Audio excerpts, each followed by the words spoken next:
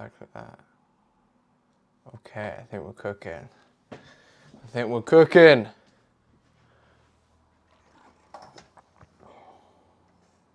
I think we are cooking.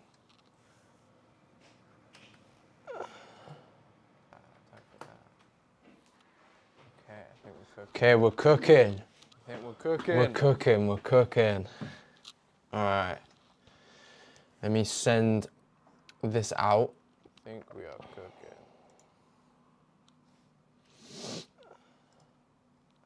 Check the audio works. Okay, we're cooking. We're cooking, we're cooking. All right. Let me send this out. Okay, yeah, it works. Nice. Just mute that. Okay, let me send this out to the Discord.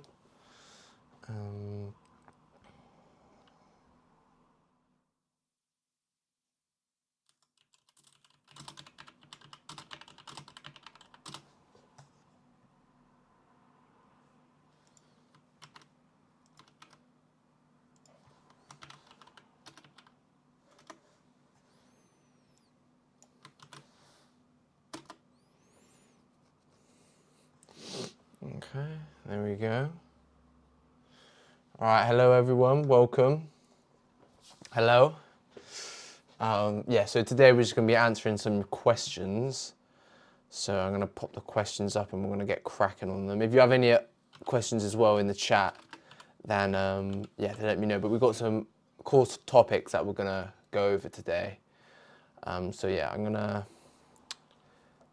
wait for a few more people to jump in and then we're going to get started.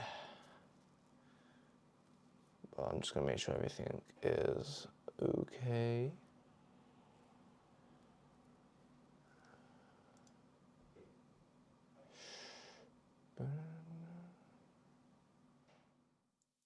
Okay.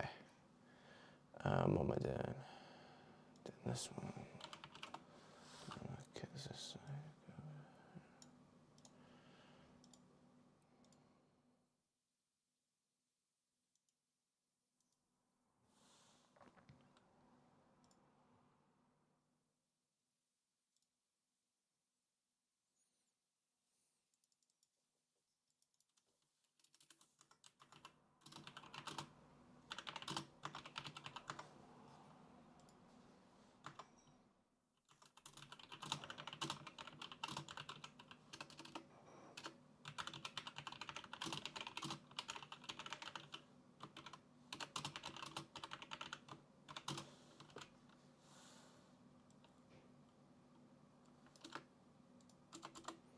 all right. How we doing? How we doing? Okay. Boom, boom, boom, boom, boom, boom, boom, boom, boom.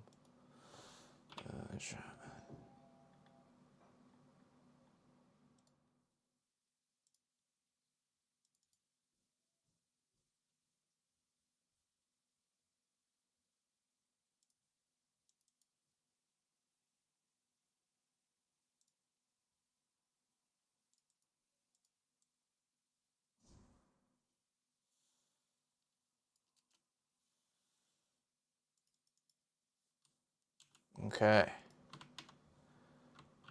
All right, almost done here.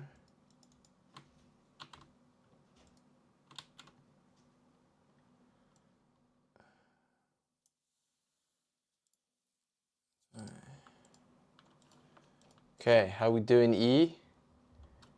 Are we doing good?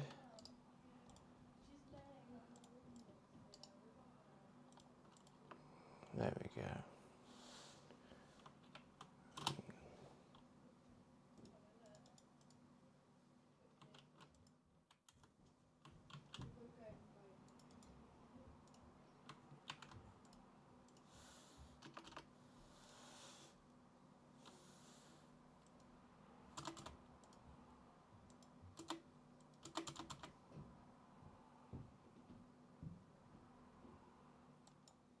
Okay.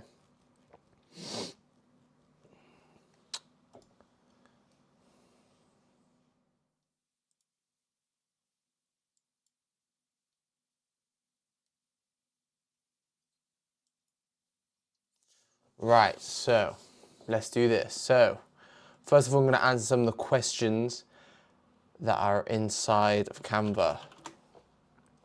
So welcome to the video. Today I'm going to answer some of your guys' questions, just to make sure you know how to run faster and everything. You guys have sent me in a few questions, so yeah, I'm going to get started on them, and yeah, let's see what happens.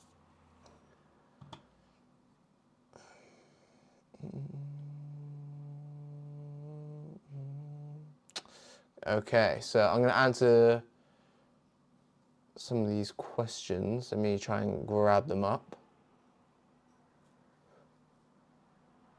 Let me get started.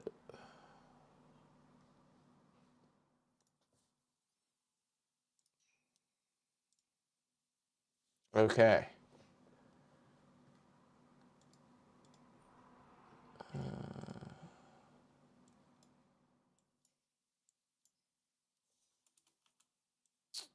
Okay, here we go. Right.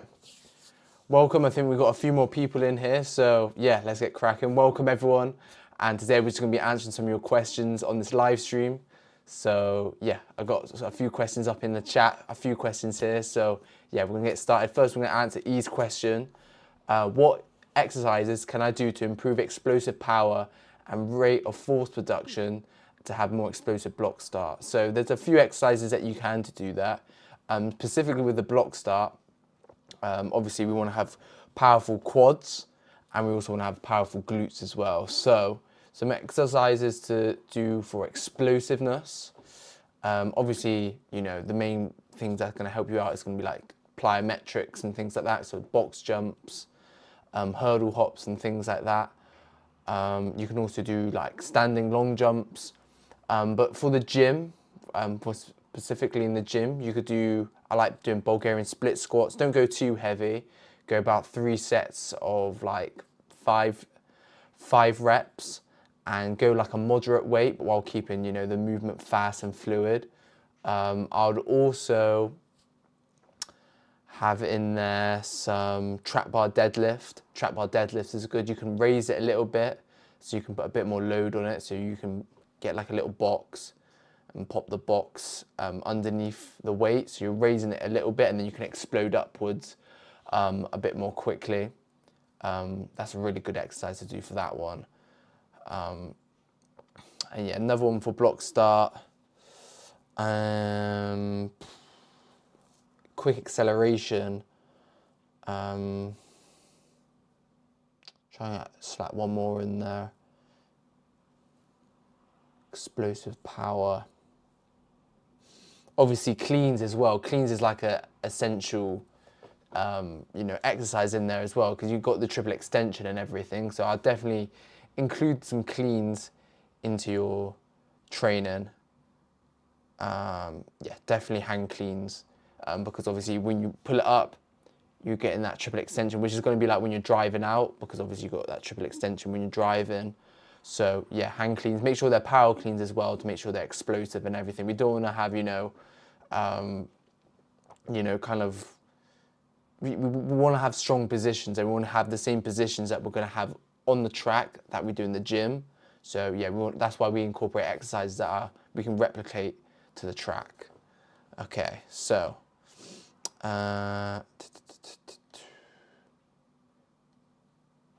okay. So, TT Master, should I focus on explosive gym exercises, not quarter squats, RDLs, if I'm very strong but not powerful on the track? You can still make those exercises explosive. I think when you mean by explosive, you probably mean by like plyometric exercises, but you can still make a quarter squat an explosive movement. However, should I focus on explosive gym exercises? Yeah, I definitely would say so. Focus on explosive gym exercises. If you're strong already, because if you're naturally strong or quite strong already, you want to be able to transfer that strength from the gym to the track. So doing more sport-specific positions, so doing quarter squats can help out a lot as well. In the academy we do have a few exercises in there that can help you out with this. But just to name a few from the program, I would say, definitely doing plyometrics. Again, just plyometrics is one of the best ways to go from, transferring your strength to the gym and moving it to the track, because I just find it helps bridge the gap a lot.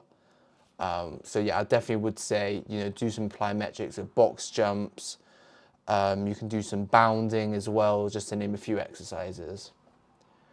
My coach tells me not to do cleans because I'm young and he's afraid I might injure myself. Okay, yeah. So depending how old you are, I wouldn't do cleans until probably around 17 earliest, 18. You don't, like, if you're 17 below, maybe 16 or whatever, I would not do cleans. It's quite an advanced exercise, and also, yeah, you don't want to injure yourself. So yeah, I'll definitely listen to your coach on that one.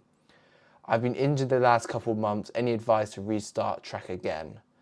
Yeah, injury's a tough one. Depends what injury you got, really, and depends how long you're going to be. But any advice, the thing I definitely would say would be, trying to get your mental right, getting your mind right, when you're injured is going to be a really important thing, because obviously this is a really tough time being injured. Obviously no one wants to be injured. It does kind of suck. But, making sure, telling yourself the reasons why you are training. So, making sure you're training for the right reasons. That's what I'm trying to say. Making sure you're training for the right reasons. So making sure you're training because you like to do it, not because, you want to win these races and everything. And just really focus on the process, and going through. Yes, it's going to be tough, but, the days that you don't feel like doing it, and the days you feel like, I might not do the rehab, or I might not, I might skip on my sleep, skip on my nutrition, or I'm not even training tomorrow. Just making sure you stay on top of your habits, and also just trusting the process. That will just train your mind, and that's going to really help you, overcome this injury. And obviously keeping on with the rehab, and also once you're finished with the rehab and you're injury free and everything, continue to do the rehab. Just because you're not injured doesn't mean the rehab's over. So even you probably won't do it as much as you were when you are injured, but you need to stay on top of that rehab. That's definitely so the free advice: trust the process, keep up with your habits, and do the rehab after you're injured. That's what I would say. Okay, so we're going to answer a few more questions I got here. If you have any more questions in the chat, then let me know. Okay, so here we're going to answer some questions from the Instagram. So I'm going to start at the top here. So what keeps you motivated before a race, and what's on your mind before a race? So what motivates me before a race? Well, obviously, you're motivated to do what you love. That's kind of the main thing. I love sprinting. I want to do it. Obviously, I want to win as well, so that motivates me as well. And then what's on my mind? The only thing really on my mind is just executing that race to the best of my ability. I can't worry about what's going on anywhere out of my two lanes. My two lines between my, race, my track. Everything that's happened outside of it is just not, it's not going to affect me, so why would I focus on it? The only thing I'm focusing on is just producing the best race I can, having a clear mind, and just trusting my ability. That's what I'm focusing on, really. Okay. What's on your mind in a race? What's on your mind in the race, like making sure your knees are high, or just having a clear, empty mind? The best thing to do really is have a clear, empty mind. Obviously, sometimes, your mind's going to be pinging everywhere, so it's good to distract yourself, I find, with like a cue. So maybe, like I said, in the races, I focus on executing, the best race I can. So in that race, I might focus on, okay, I need to do this. So for example, I need to keep my arms relaxed. That will help me execute a better race, just to give me something to focus on within myself, which will keep me in the lanes. But most of the time, you just want to have a clear mind. That's kind of when you're in your best state, and that's when you get into that flow state. When you're in that flow state, that's when you're performance, whatever sport you do, athletics, football, whatever, whenever you know you're running, you just want to have that flow state. Okay, now there's another question from E in the chat. What else can I do instead of cleans then? Are there machine exercises that are biomechanically similar? If you can only do machine exercises, there's nothing really similar to cleans. I would recommend deadlifts or trap bar deadlifts are really good. Trap bar deadlift jumps where you got the hex bar and just put like 5 kg each side and just jump with that. That's very similar to cleans. But any machine exercise, I don't really use machines at all because you're very like in the program we don't really have any machine exercises just because it doesn't really provide any benefit. But it just keeps you in like a solid position, but obviously in sprinting we're like moving all over the place, so we want to have something that's a bit more dynamic. So yeah, that's why I don't include any machine exercises in the program. Okay, so got another question here from the Instagram. How many time I cannot get down? How long will it take to get my time down from 11.03 to 10.5? 3 months, 6 months, or 1 year? Again, it depends on what you're doing. So if you're, not really training speed, you need to make sure you're training 2 to 3 times per week. Training speed 2 to 3 times per week. But it depends really. For me, it will probably take a year to get down from 11, because half a second is quite a lot. You could do it in 6 months, to be fair, if you had the right training program. Obviously, that's why I provide service in the academy. If you do want to join the Speed Academy at any point, we do have a special offer, and the link is in the description. That's where we'll structure the program. So you probably take 6 months, but if you're not really training speed properly, you probably take a year. Now my 100-meter time is 11.2. To make it 11 seconds, what are all the things I should do? Again, eating right. Well, first of all, speed training, nutrition, having the right coach, having the right training partners, sleeping right. These are just all the basics, and also you've got to do all the other things as well. You've got to make sure you're training your mind. You are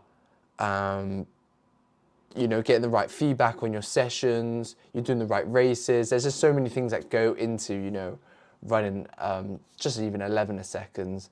That's why, obviously in the academy, we try and guide you the best we can to do that. And, if you don't feel like, if you don't make any progress in 30 days, then I'll just send your money back. Like, I don't really want, to guarantee you something and you not get it. And I don't want you to have the insecurities. And, if you don't feel like it's good enough for you, then you can just, message me, give me an email, and I'll literally just refund you, because I just want to make sure everyone has the best opportunity to, run as fast as you can. That's why I've made the academy, really, to give everyone the best opportunity. So, yeah, if you did want me to help you out with that, then, check the link below. We've got a few questions in the chat. What exercise do you do to get a stronger arm swing? Dumbbell rows, I find amazing. Obviously you've got incline, dumbbell bench press, and you can do some bench press like with the barbell, make it like lightweight, and then just focus on that explosive push. That will help get you stronger arm swing. How long should a typically lower body session take, and how long should I rest in between sets for clean squats? So typically lower body session, I'll say probably less than 2 hours. And the funny part about this, most of the time you're probably going to be resting actually. Because yeah, you just need to make sure, each rep is as good as quality as they can get. And the rest between like big exercises, so when I mean big exercises, I mean cleans, squats, deadlift, I'll take around 3 to 5 minutes between each exercise. And then the accessory lifts, which are more like split squats, pull-ups, things like that, I'll take about a minute and a half, 2 minutes. Okay. What are the best workouts for maximizing my top end speed? So maximizing top end speed, first of all, we've got to look at in the race where you're going to hit that. So is that between, 30 and 40 meters, 50 and 70? So every sprinter hits their top end speed around 50 to 70 meters. So to improve your top end speed, we're going to have to, make sure we get into that threshold of that 50 to 70 meter range. So obviously the simplest thing to do is to do 50 to 70 meter sprints. But what I like to do 30 meter flies. So I have a 30 meter run up, and then I time myself between the 30 meter mark and the 60 meter mark. And I can just basically time the portion of my race where I'm hitting my top end speed, which gives me, and by timing it, I'm always going to try and be competitive and beat that each time. So yeah, I definitely recommend 30 meter flies, 20 meter flies. You could do, like a 60 meter race with someone. So you could do some blocks with some 60 meters. You could also do some hollow runs. So you could build up for 20 meters, hold that speed for 20 meters. So you're not accelerating, but you're not de-accelerating. You're just building that, you're just holding that speed you built up in the first 20 meters. And then the last 20 meters, you're just hitting the gas. So yeah. So next question is 21 is I thought I got a question in the chat then. Is 21 years old too late to start training sprint? Is 21 too late to start sprint training? Definitely not. We have people in the academy who are around 40, I think actually. I can't remember his name. I think it's called John. I think, yeah, we do have someone in the academy, John, in the academy. He is 40. So yeah, it's never too late to start sprint training. It's actually pretty good to start at any time, because obviously the major health benefits, obviously, it's going to improve your sport as well. You're going to be able to run fast on the pitch, on the track. But yeah, 21 years old is never too late. Difference between off-season, mid-season, and in-season. Okay, so the main differences, I would say, so in off-season, obviously we're trying to, build up, general fitness and also speed as well. So yeah, we're just trying to build our endurance, build some, base strength, some anaerobic development, but also the main thing as well, we're trying to build up our speed, because speed takes ages to, if you haven't developed that speed before, it's going to take ages for it to develop. So yeah, we want to start our speed as early as we can. And also, if we start our speed early, then it's going to make, doing the endurance sessions easier, because if we have, a good base speed, it's going to make, running those reps, the longer reps, easier. So for example, if I run 21 seconds in the 200 meters and someone else runs 22 seconds in the 200 meters, but we're doing 200 meter reps and we're trying to hit 25 seconds, for the 200 meter sprint and that run 21 seconds, it's going to be a lot easier to run 25 seconds in the 200 meters compared to the 200 meter sprint and that runs 22 seconds. So, having that extra speed is going to make those endurance sessions a lot easier. Mid-season, obviously, we're still going to, in the mid-season, we're going to still continue to improve our speed.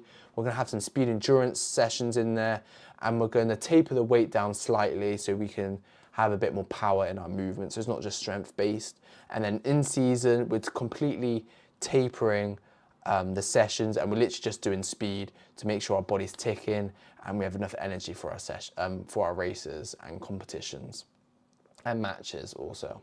Can't forget about the sport, team sport athletes. Shout out to you guys. Okay, so we've got another question here. I ran 11.2 in the 100 meters, so is it possible to run 10.7 in 8 months? Definitely, yes. Definitely able to run. I think I had a similar transformation in one of my seasons. I think that's when I ran 10.6. But yeah, it's definitely possible to do that, yes. Okay, E. How do I improve my horizontal force production besides doing sleds and broad jumps? Horizontal force production. You could do prowler push. So in the gym, you can get the sled and just kind of push it. You put a heavy weight on it and just push that sled with holding it in front of you. You could also do banded resistance sprints. You could do wall drills. You could do, I know this is a bit weird, but parachute runs. You could do hill sprints. Hill sprints is amazing as well. Yeah. Okay. Next question. What gym workout equipment can I use to help me sprint faster? So I think definitely some of the best equipment. Obviously, you've got the normal like barbell, dumbbells, all the basic stuff. But obviously they're helpful as well. So obviously the barbell's good for functional strength. Dumbbell's good for functional strength. We've got the barbell, which is great for force production movements. So like cleans, squats, hex bar deadlifts as well. I love hex bar deadlifts. You can do hex bar jumps, hex bar deadlift. You can use the cable machines for core strength. So you can do some Pallof press, Swiss balls. You can do Swiss ball like rotation. So you're kind of like in a plank position, and you put your arms on a Swiss ball, and you're kind of doing circles for your core strength. That's also good for hamstring curls. So you can kind of lie on the med ball. So you're kind of like this. And this is your like leg, by the way. Oh, what is this? This is your leg, and you're just curling your hamstring. That will strengthen your hamstrings as well. But yeah, we will have loads of those exercises inside the academy. So yeah, okay. We've got another question from Instagram. What is your competition warm-up? Okay, so there's a few main things in the competition warm-up, or my match day warm-up or whatever, which will help me run as fast as possible. So first of all, always do a pulse raiser. So you want to get your heart rate up, get your body warm, get your body temperature up. Then you want to do some dynamic stretching. So make sure your body is loose and you're able to hit the ranges of movement you need to hit. Then we want to do some activation work. So this will be stuff with like mini bands or some core exercises just to get my body activated. And when I hit those running positions, my muscles are ready and firing to stabilize me in those positions. Then I like to do a few drills. Don't overdo the drills. I made this big mistake. Do not overdo sprint drills. I see loads of athletes and all they do in their warm-up is sprint drill. They do like 5 sets of like 5 reps of whatever exercise. They do like a million A skips, loads of B skips, marching drill, high knees. You don't need to do all of that. Just pick 4 or even 3. Fuck it. Pick 3 sprint drills and do 2 of them each. You don't need to do many sprint drills. So yeah, next I'll do sprint drills. Sprint drills are great for improving your technique. And also again activation as well, but more in a dynamic sprinting movement. But again, don't overdo it because you're just going to tire yourself out. Then do one sort of jumping exercise. So you can do that, include that into your drills to be fair, but just do one set of a jumping exercise to create some potentiation in your body, which basically means gets it ready to get explosive movement, get those muscles exploding. And then finally, do some strides. So do one in trainers and then do some in spikes. Do enough, depending on how many races you have, do enough to keep you ready for that race. So for example, if I'm at like an open meet and I'm only really doing 1 or 2 races, then I'll do quite a few starts just to get me ready for that one race, and then I can do the best I can that race and all warmed up. But if I'm only doing if I'm doing a championship when I've got heats, semi-final and a final, I would not do as many starts in the heat, do a little bit more in the semi, and then, yeah, make sure I'm ready for that final. Also, another thing to note, you know, if you're doing multiple rounds, you don't need to warm up as much. So, for example, if I'm doing a heat, I'll probably warm up for an hour and a half. For a semi-final, probably an hour. And then for the final, probably only half an hour because I'm probably already warmed up from the semi-final. Okay, so last question from the Instagram. Best gym exercises to build muscle. So, as sprinters, actually, we don't actually want to build muscle. Obviously, like hypertrophy, which is building muscle, is the enemy. We do not want it because obviously, the lighter we are, we're going to be able to run faster because we're not going to have much on us. So as athletes, we don't want to have much muscle on us because it will slow us down. So what we want to prioritize is power and explosiveness and speed. So it's more of a power to weight ratio rather than how strong I am. And I think that's what a lot of athletes get wrong. They focus too much on the strength and not enough on the power and the speed. So so some great exercises to build power will be quarter squats, so hex bar deadlifts, cleans, Bulgarian split squats, RDLs, single leg RDLs, box jumps, depth jumps, broad jumps, incline bench press, dumbbell rows, anything like that. We just want to make sure we're building power and speed and strength and efficient movement and stability as well, with core work and ankle work. But yeah, we don't want to build any hypertrophy. Okay, so that's all the questions I have from Instagram, I'm pretty sure. I'm going to double check if I've got any more questions. If you've got any more questions, drop them in the chat. And then if not, I'm going to talk about a topic about training and then going to end the live stream. So if you have any more questions, make sure to pop them in. And I'll wait on you guys to do so.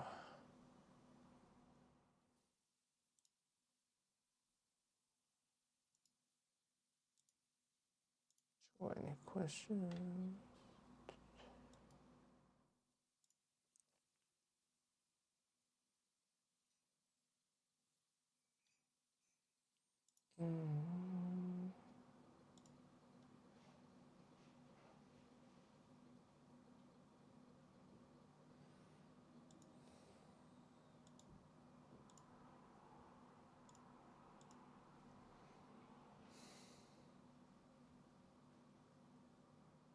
Okay. We got some questions. Okay. How do you know when you have too much extra weight on, or is it just a feeling because I'm strong in partials, but I could lose more to be faster, I would? It kind of depends, like athlete to athlete. So you can check like your BMI.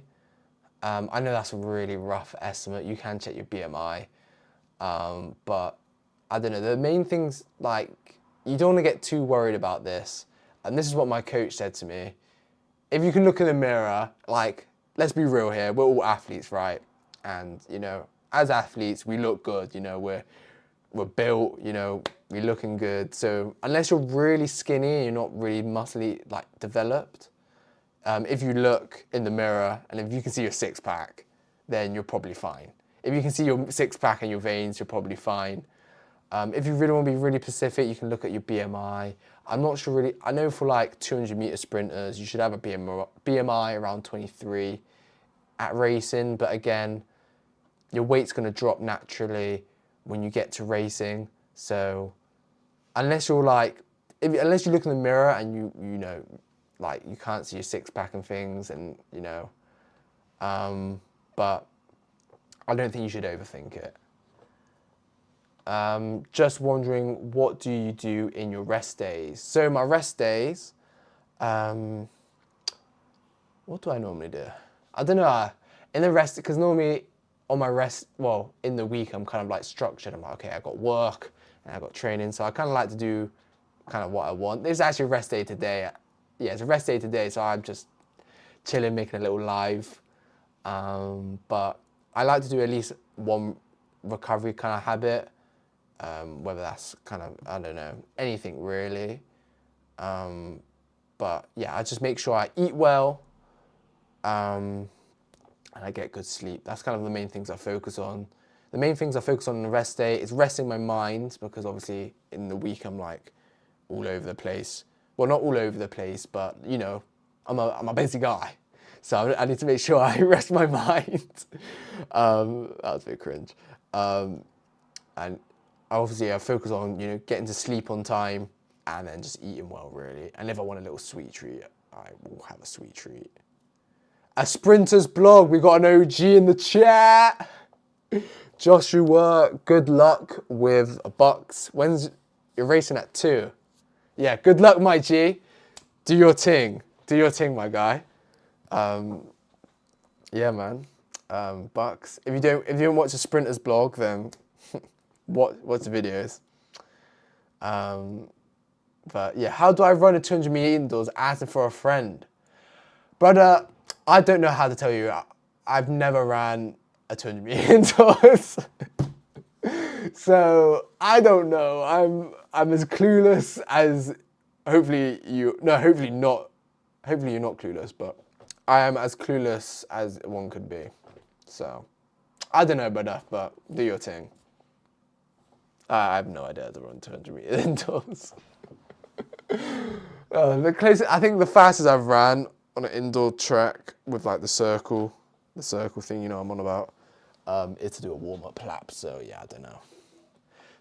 But yeah, thank you, Ken. Thank you. I'm glad you like the videos. Yeah, hope they're helping you out. And yeah, Sprinters blog, big love, bro. Do your thing, man. Do your thing. Yeah, just do your thing, bro. But yeah, if you have any more questions, if anyone has any more questions, then pop them in before I, to go over the final topic and yeah, close the live stream. So yeah, if you have any more questions, then pop them in and yeah. Boom, boom. But yeah, in the meantime, actually, while you guys are putting in the questions, I lost my train of thought. Flipping heck.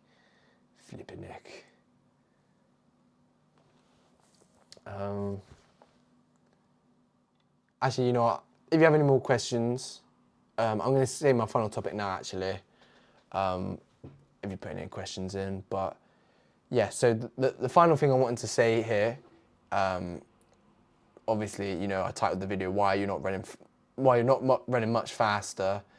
And the thing I wanted to go over, especially, you know, in the winter, people focus a lot on endurance and everything.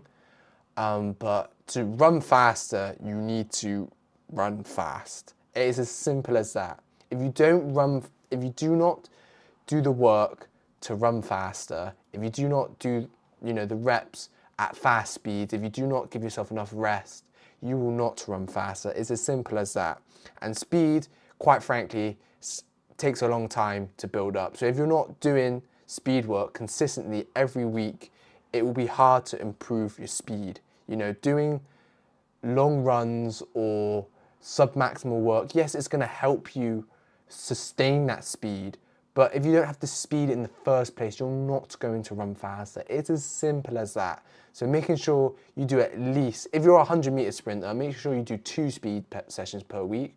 If you're like a 200, 400 meter sprinter, still do 2 speed sessions per week. Maybe your second one might be a bit longer, but making sure that you do your speed work is crucial. So that's why, especially my transformation when I went from 11.5 to 10.6, I saw a lot of athletes struggle to, improve their speed. I definitely was struggling to improve my speed as well, because I was stuck around 11.5. Even though I ran sub 11 before, I was stuck at 11.5. And,